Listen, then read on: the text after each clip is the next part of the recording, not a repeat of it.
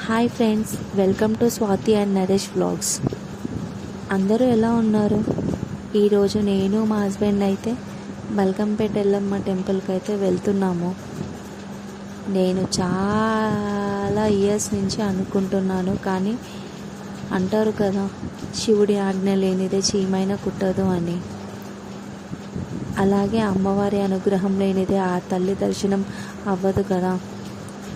ఈ టెంపుల్ చాలా పవర్ఫుల్ అని విన్నాను. అందుకే కాబట్టి ఇక్కడ ముఖేష్ అంబానీ గారి వైఫ్ నీతా అంబానీ గారు కూడా అమ్మవారిని దర్శనం చేసుకున్నారు.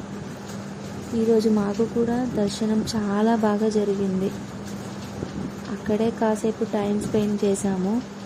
ఆ తర్వాత అక్కడి నుంచి బయలుదేరి పూరి జగన్నాథ్ టెంపుల్కి అయితే వెళ్ళాము. అక్కడ చాలా క్రౌడ్ ఉంది, ఎందుకంటే కార్తీక మాసం కదా.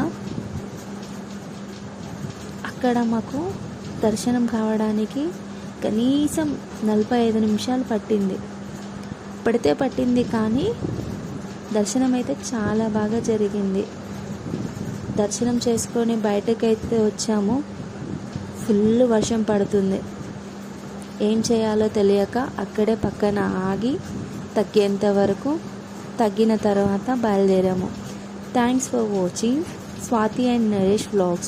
Please like, share.